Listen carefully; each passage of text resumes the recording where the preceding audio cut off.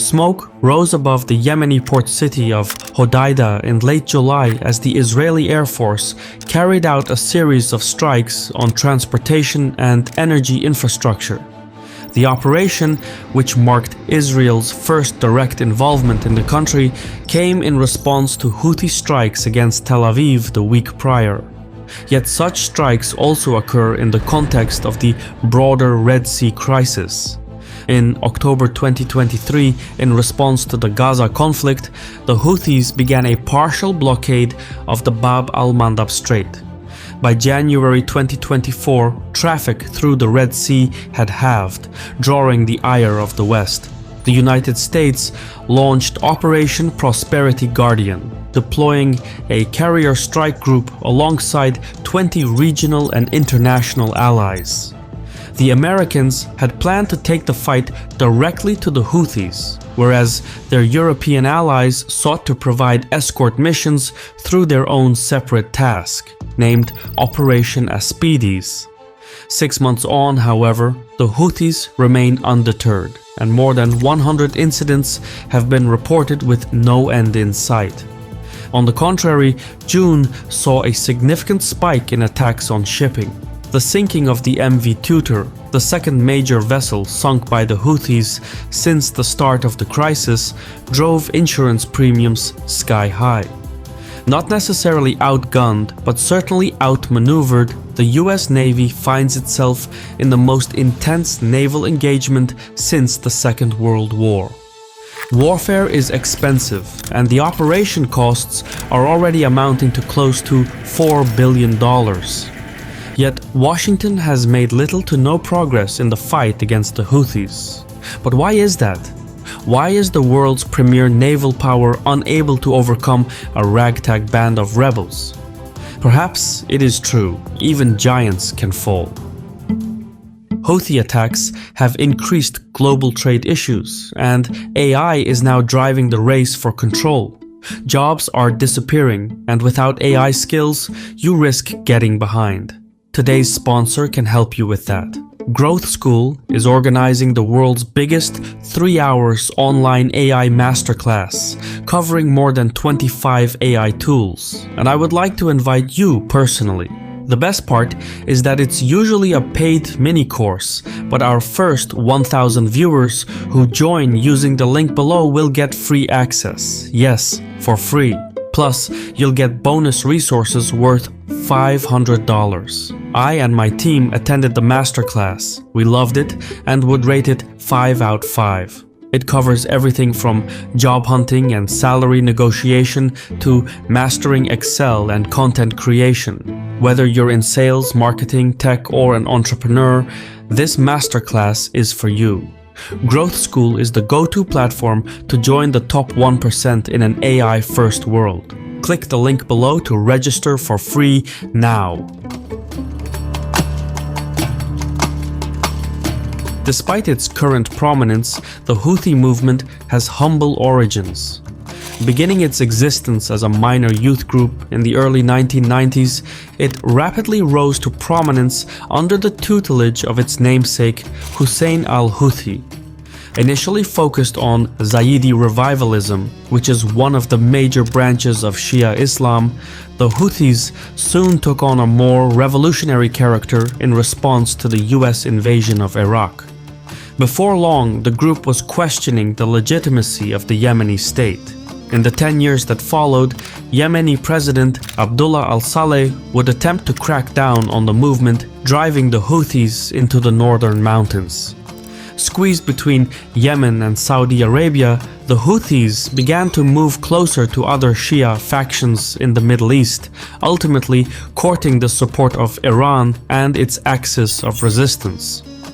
With the outbreak of the Yemeni revolution in 2011, local hostilities evolved into a front in the wider Iranian-Saudi proxy war. As the revolution collapsed into a civil war, the Houthis skillfully navigated Yemen's internal dynamics. They partnered with the then-deposed Saleh to take the capital Sana'a by February 2015. Having seized power once more, Saleh turned on the Houthis. By this stage, however, Houthi agents had infiltrated Saleh's forces. After a brief struggle, the Houthis deposed Saleh and took over the army. Overnight, the ragtag rebel movement came into possession of the military and demographic wealth of North Yemen. More importantly, however, the Houthis had broken out of their confinement and gained a coastline. Consequently, the group came to possess a valuable geopolitical position just across the Bab al-Mandab Strait. At about 30 kilometers wide at its narrowest point, the Bab al-Mandab is a vulnerable gateway for shipping and an opportunity for pirates, the ranks of which the Houthis rushed to join. Access to the ocean allowed the Houthis to establish new supply lines and engage in the arms trade abroad.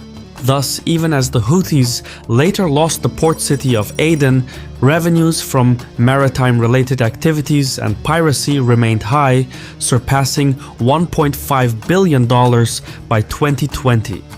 The viability of the Houthis provoked fear in Riyadh, and in 2015, Saudi Arabia led a direct intervention in the conflict. Under the fog of war, the Houthi insurgency sustained itself and even advanced owing to the inflow of aid and materials from sponsors in Tehran and Beirut. Years of the Saudi-led air campaign had taught the Houthis the value of forced dispersal and asymmetric warfare.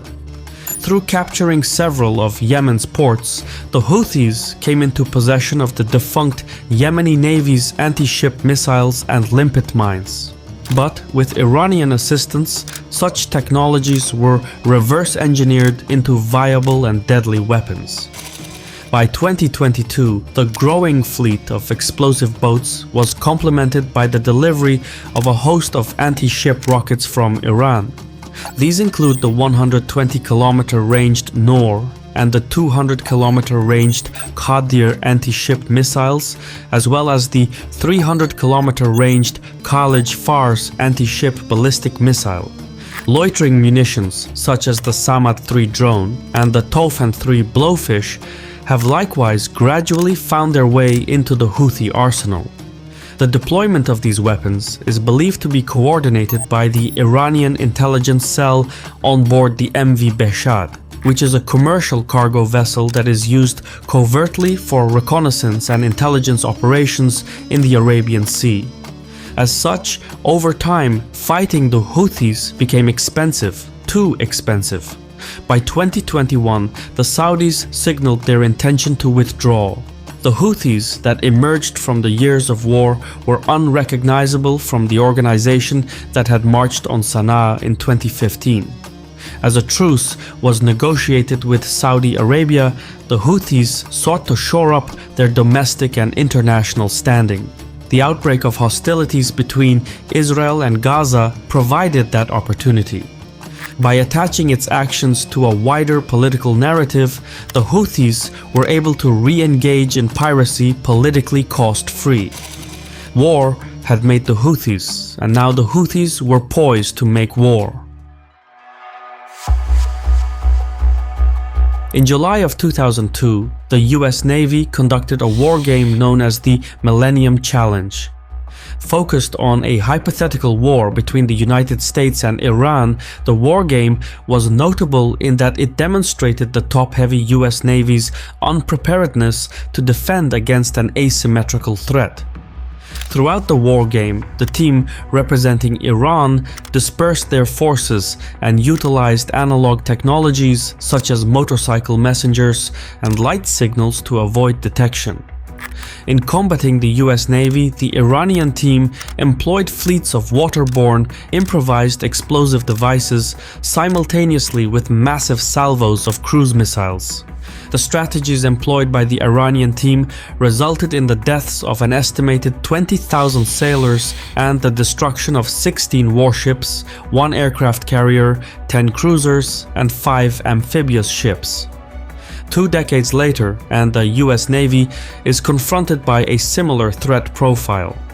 Whilst the Houthis do not possess the same capabilities of a besieged Iranian state, the US Navy is similarly restricted due to wider geopolitical considerations.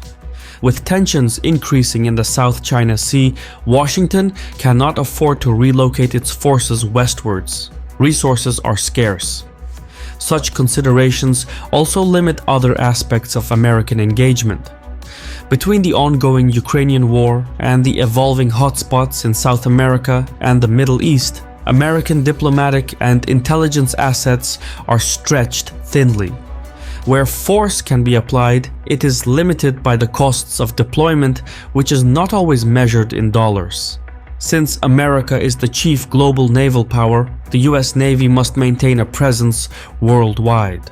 Political disruptions force Washington to redeploy its forces away from one region to the next, yet in doing so, it downgrades its threat response in the affected region. In the case of Yemen, Washington has already had to make such concessions, deciding to pull the USS Theodore Roosevelt carrier out of the South China Sea during a serious escalation of tensions between China and the Philippines. By deploying the carrier to the west, Washington incurs the strategic cost of one less carrier in the east. Another problem with modern warships is that they're pricey and designed for combating other conventional warships. They're not made for asymmetric warfare, and so no one wants to risk damaging their assets to an unsophisticated attack. It doesn't look good for the press.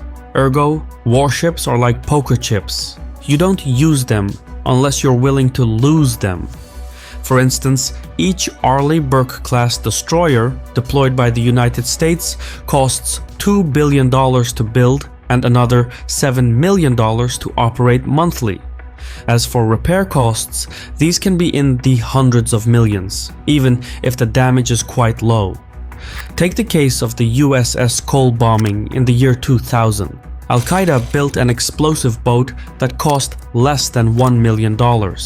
Yet it was able to cause $240 million worth of damage and take the lives of 17 sailors. This economic logic also functions in the inverse. Each missile launched by the US Navy has cost taxpayers between $1 and $4.3 million. When these types of missiles are used to take out budget drones worth $2,000, it is the cost equivalent of using a bazooka to kill a fly. In such cases, it is hard to ascertain who killed who.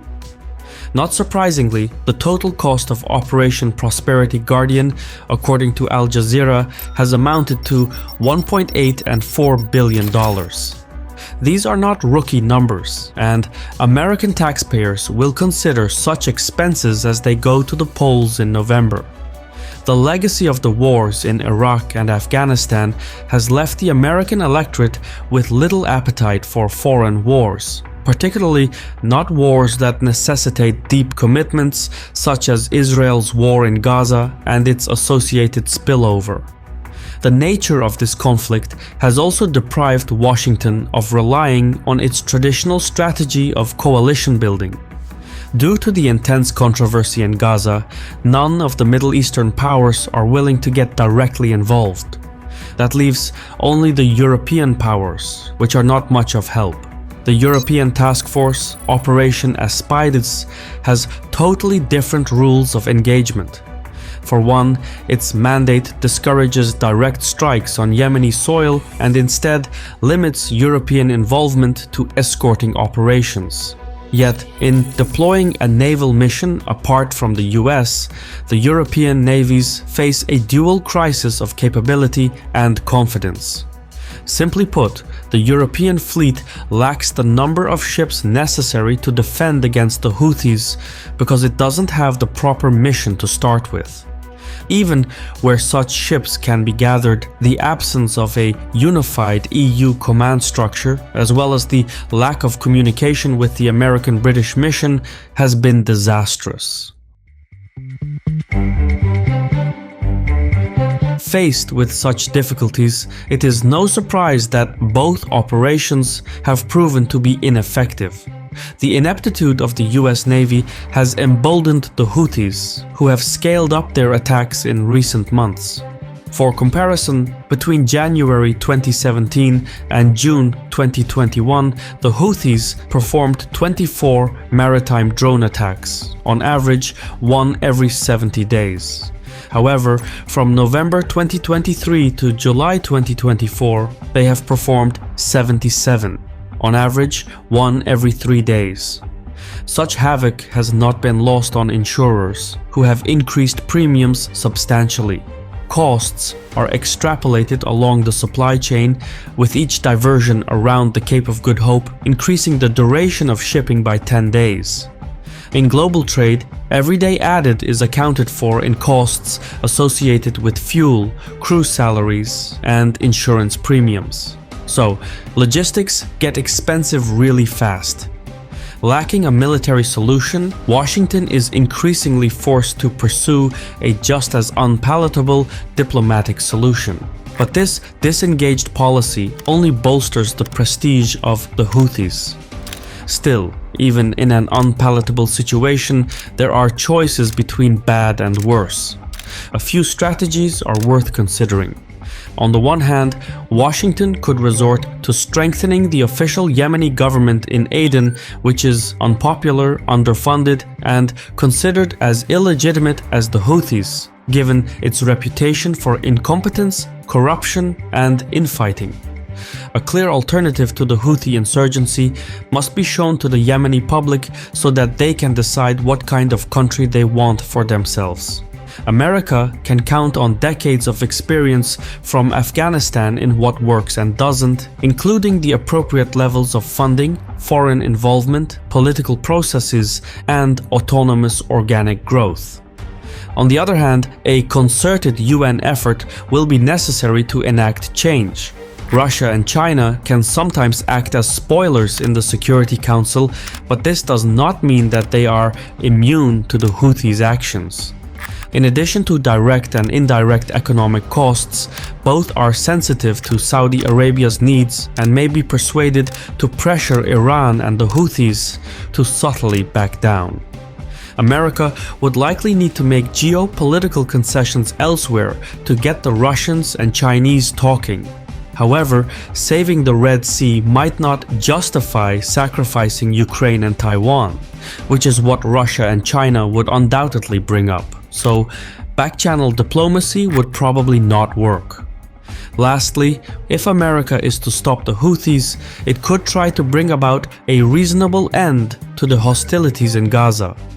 Robbing the Houthis of this justification for their actions in the Red Sea would be a powerful incentive to make them sit down at the negotiating table and abandon behavior that they have hitherto benefited from.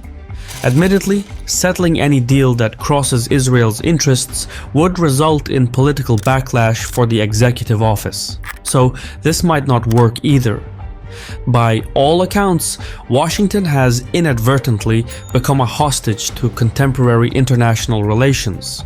There is no immediate resolution in sight that is both practical and politically redeemable.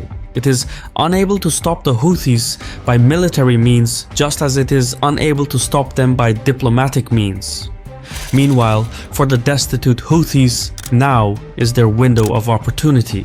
Every time they open fire, they are ringing the dinner bell, so they might as well make it count. I've been your host Shirvan from Caspian Report. Thank you for your time, and salam.